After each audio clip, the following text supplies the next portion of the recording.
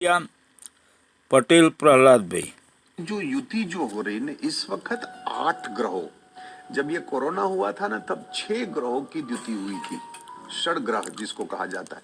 इस वक्त 8 है और 8 जब होता है ना तो वो जैसे कोरोना टाइम में एक साथ में वो बाढ़ आई, पहली बाढ़ आई, दूसरी बाढ़ आई, बराबर ना, 2 बाढ़ आई थी, जिसमें दूसरे में तो मैं भी झपट में आ गया था।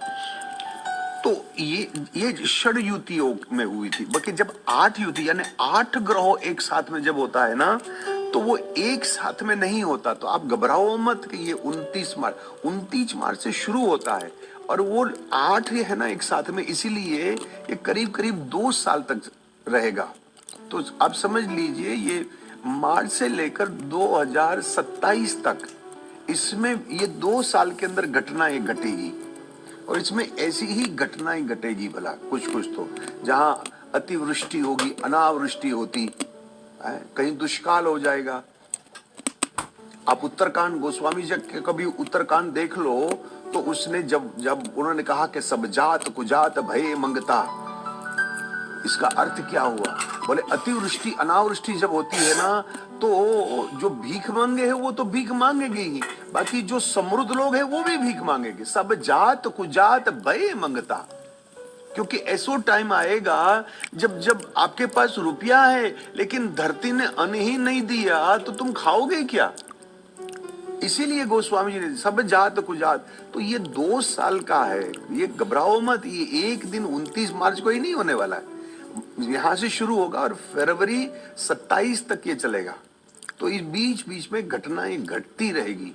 हाँ, इतना जरूर कह सकता हूं क्योंकि इसमें बीच में जिस प्रकार से ये शनि राहु के साथ बैठता है ना तो इनके कारण से ये गर्मी का प्रभाव बढ़ता है। गर्मी का प्रभाव बढ़ने की वजह से उत्तर ध्रुव और दक्षिण ध्रुव जो है जहां बर्फ है, वो बर्फ जो है ना वो पिघलेगा। वो बर्फ जब पिघलता है ना तो जो जो जल की जो पानी की समुद्र की ऊंचाई जो है ना वो और बढ़ेगी। तो जब और बढ़ती है तो घटना क्या घटेगी? बोले समुद्र के किनारे किनारे जो लोग बसते हैं वो खतरे में है। कितने लोग मुंबई में रहते हैं?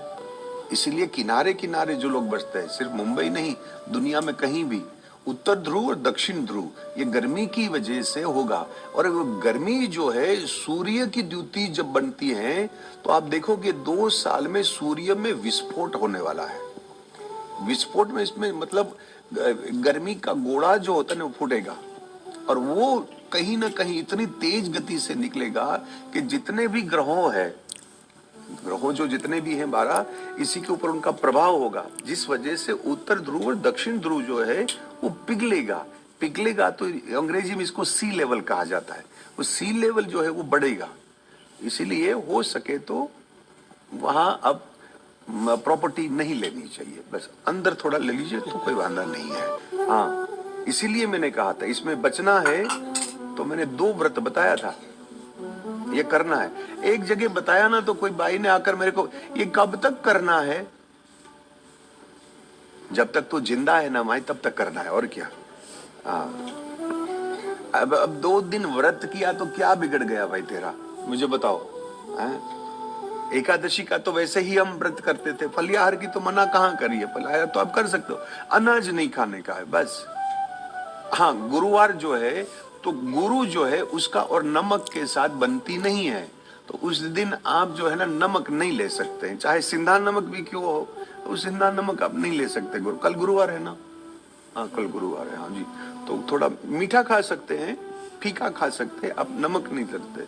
हाँ, तो ऐसी छोटी छोटी चीज करोगे तो इससे क्या होता है कि जो प्रभाव इनकी दृष्टि का हमारे सब के ऊपर है वो प्रभाव थोड़ा कम हो जाता है। कोई इंश्योरेंस पॉलिसी नहीं बेच रहा हूं मैं, इंश्योरेंस पॉलिसी नहीं कि भाई तुम्हारा उधार हो गया, लेकिन जहां 2 टांग टूटने वाली थी वहां 1 टांग टूटेगी आपकी। वो बेचारा दुखी हो गया। अब ये कोई और भी उसने और भी टैक्स आएगा तो मेरी टांग टूटने वाली है कि? अरे नहीं बाबा, मैं नुकसान की बात कह रहा हूं कि जहां 100 रुपये का नुकसान होना है वहां 50 रुपये का नुकसान होगा, इतना ही हो सकता है। कि कोई बचेगा तो नहीं इसमें से है। कालो जगत बख्श का शंकराचार्य महाराज का है, इससे कोई बच नहीं थाते। तो न विद्या न तप है, न सेवा करी किसी की। यहां सुंदर तरह से बता रहे ना कि हे भोलेनाथ, मैं आपसे प्रार्थना कर रहा हूं, धवल कमल शोभा, कमल समान मेरी जिंदगी को आप सुंदर बना दीजिए प्रभु।